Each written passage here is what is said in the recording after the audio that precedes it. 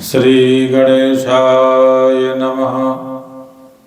गजाननं भूतगणादिसेवितं कपित्थजम्बूफलचारुभक्षणम् उमासुतं शोकविनाशकारकं नमामि विघ्नेश्वरपादपङ्कजम्। प्रिय भक्तों, आप श्री रामचरितमानस के माध्यम से अध्यात्म ज्ञान श्रवण कर रहे हैं और ये प्रतिदिन श्रवण करते हुए अभी तक हमने जाना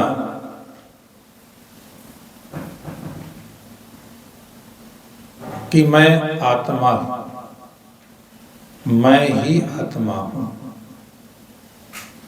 मुझे सिवाय आत्मा के और कुछ नहीं है। बंधन और मोक्ष संसार देश का है, आत्म देश में ना तो बंधन है और ना ही मोक्ष है। जब संसार है ही नहीं तो बंधन और मोक्ष कहाँ। तो माता जी को भ्रम हुआ भगवान श्री राम के चरित्र को देख करके भ्रम हुआ, पर राम को देख करके नहीं, राम जी के चरित्र को देख करके। तो भगवान शंकर ने श्री पार्वती मैया को कहा कि एक बात नहीं मोहि सुहानी, यद्यपि मोह बस कहेऊ भवानी। तुम जो कहा राम को आना, जय श्रुत गावो धरहि मुनि ध्याना। तो कहीं सुनहि अस अधम नर, ग्रसे जो मोह पिशाच। पाखंडी हरिपद विमुख, जानहि झूठ न साच। भगवान कहते हैं कि संसार में जो पाखंडी लोग हैं, जो मलिन अंतःकरण वाले अज्ञानी लोग हैं, उन्हें ही ये भ्रम होता है। जिनके मन में कुछ है, वचन में कुछ है, व्यवहार में कुछ है, इस तरीके तीनों में ही कुछ अलगाव दिखता है, वो ही इस तरह राम को ना जान करके उनके चरित्र को सत्य मानते हैं। एक राजा था, वो विद्वान पंडित और संत जनों को, महात्माओं को बुलाता था और हमेशा उनसे एक ये प्रश्न किया करता था कि महाराज, भगवान जो हैं वो तो पतित पावन हैं, वो संसार के सब पापियों को तार देते हैं, क्योंकि उनका नाम पतित पावन है। तो भवसागर से पार सबको लगा देते हैं और जो पुण्यात्मा लोग हैं वो तो अपने पुण्य कर्म करके वो सब इस संसार से मुक्त हो जाते हैं और भगवान समस्त पापियों को तार देते हैं। तो ये बताइए कि फिर जब कोई रह नहीं जाता, सब स्वर्ग चले जाते हैं या मुक्त हो जाते हैं, तो फिर इस नरक में कौन जाता है? इसका मतलब कि नरक तो सब खाली पड़ा रहता होगा।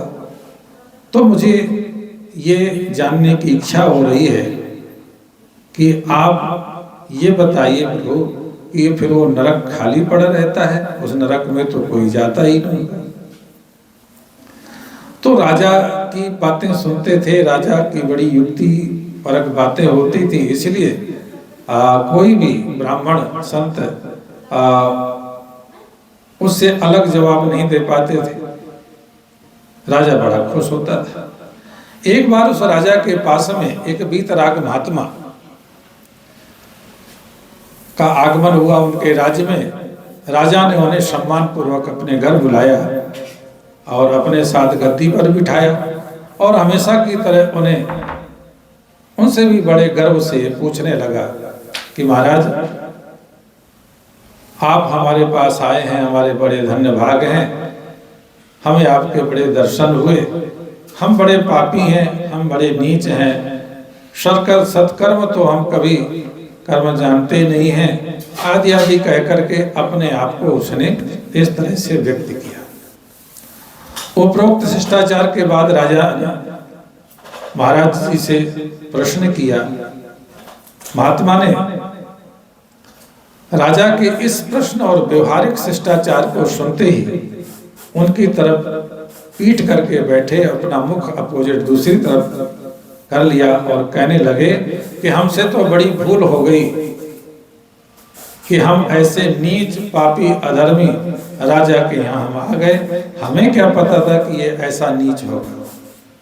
तो भरी सभा में अपने प्रति महात्मा का ये वचन सुन करके राजा के मन में उद्विग्न उठा, क्रोधित उठा और कहने लगा कि महाराज, आप संत महात्मा होकर के भी ऐसे शब्द अपशब्द अपने मुख से निकालते हो, आप मेरी भरी सभा में बेइज्जती कर रहे हो, ये आपको शोभा थोड़ी दे रहा है। राजा की ऐसी बातें सुन करके महात्मा ने कहा कि अरे भाई, ये शब्द तो मैंने तेरे ही मुख से सुने हैं। नीच अधर्मी पापी होने की बात तो तुमने अपने ही मुख से हमें कह करके सुनाई, हमें क्या पता था कि आप कैसे हो। परंतु आज आपको सुन करके ये हमारे मुख से वचन क्रोध आ रहा है ना, बुरा लग रहा है ना, इससे पता ही चलता है कि तुम्हारे वाणी में कुछ और है, तुम्हारे मन में कुछ और है, तुम्हारे व्यवहार में कुछ और है। तो ये जिनके वाणी में, मन में और कर्म में कपट होता है, ये पाखंडियों के ही लक्षण होते हैं। इसीलिए पापियों को तो भगवान तार देते हैं, पुण्यात्मा तो स्वर्ग चले जाते हैं, पर तेरे जैसे पाखंडी जिनके मन वचन और कर्म से वो एक नहीं रहते, वही नरक चले जाते हैं। नरक तुम्हारे जैसे के लिए है, वो खाली नहीं रहता। ऐसा कह करके वो महात्मा उठ करके वो अन्यत्र दूसरी जगह चले गए। गोस्वामी जी कहते हैं कि आज्ञ अकोविद अंध अभागी, काई विषय मुकुर मन लागी, लंपट कपटी कुटिल विषेखी, सपने संत सभा नहीं देखी, कहीं ते वेद असम्मत बानी, जिनके सूझे लाभ नहीं हानि, मुकुर मलिन अरु नयन बिहीना, राम रूप देखहि किम दीना, जिनके अगुण न सगुण विवेका, जल पहि कल्पित वचन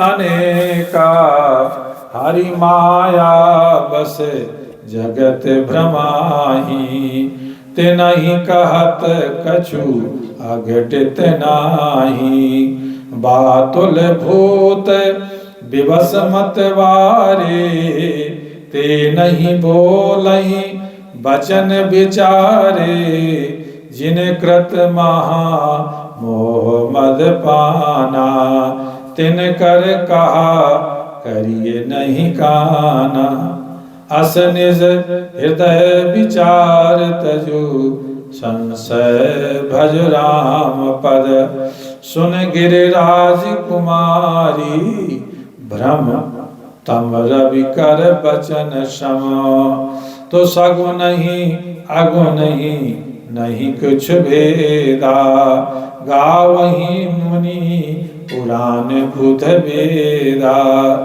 अगुन अरूप अलख अज जोई, तो भगत प्रेम बस सगुन सोई, तो जो गुण रहते सगुन कोई कैसे, जल हिम उपल बिलग नहीं जैसे, जासु नाम भ्रम तिमिर पतंगा, तेहि किम कहिए विमोह प्रसंगा।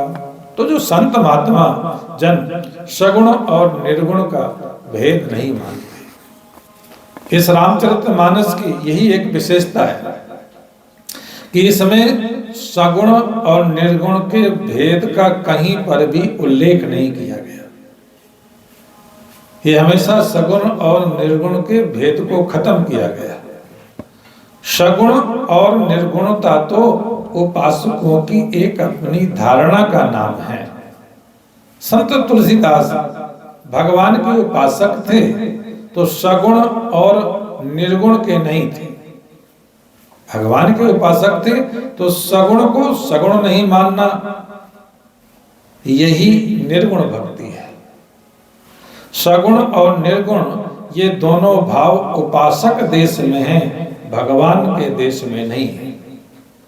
स्थूल बुद्धि सगुण मानती है, सूक्ष्म बुद्धि निर्गुण मानती है।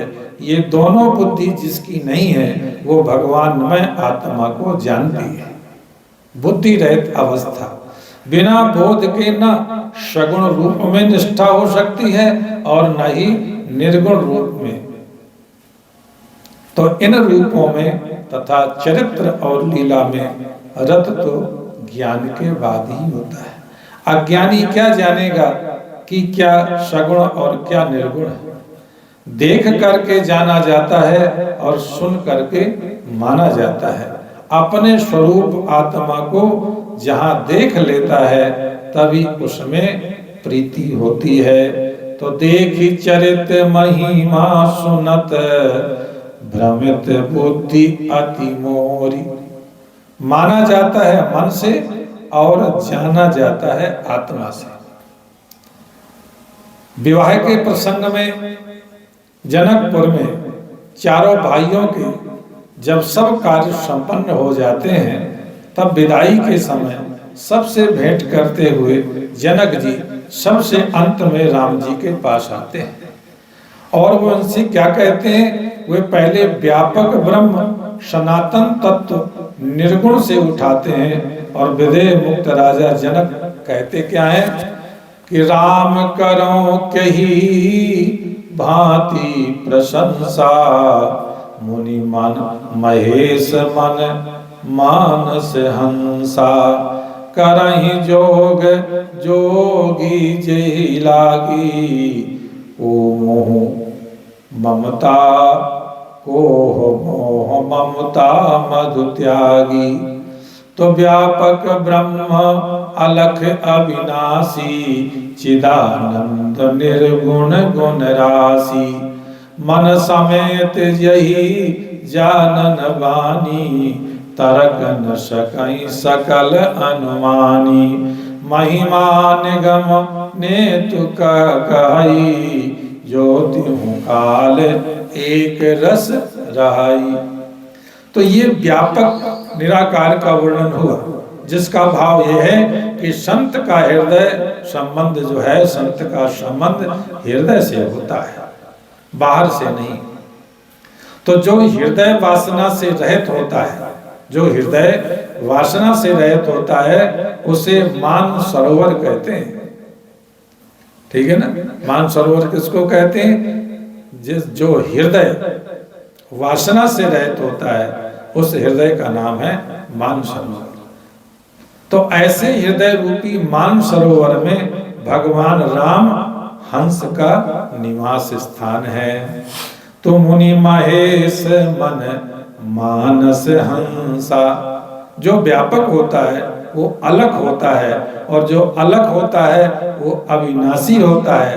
तो संत महात्मा जन जिसमें रमते हैं, इसलिए राम सारे चराचर में रम रहे हैं, इसलिए राम सब में व्यापक हैं। किस तरह? भिन्न होकर के या अभिन्न होकर के या भिन्न अभिन्न होकर के। यदि भिन्न होकर के व्यापेगा तो भिन्न पदार्थ किसके आधार पर रहेगा, और अभिन्न होकर कहोगे तो अभिन्न होने से वो एक ही हुआ, तो एक में व्यापना कैसे होगा? तो व्यापक केवल कहने मात्र को है, जब वो स्वयं वही है तो व्याप्य और व्यापक कहाँ है? लकड़ी जो स्वयं ही डंडा है तब वो व्यापेगी किसमें? यह दृष्टिगम्य, वाणीगम्य नहीं बल्कि अनुभव गम्य है। यह व्यापकपना कैसे है?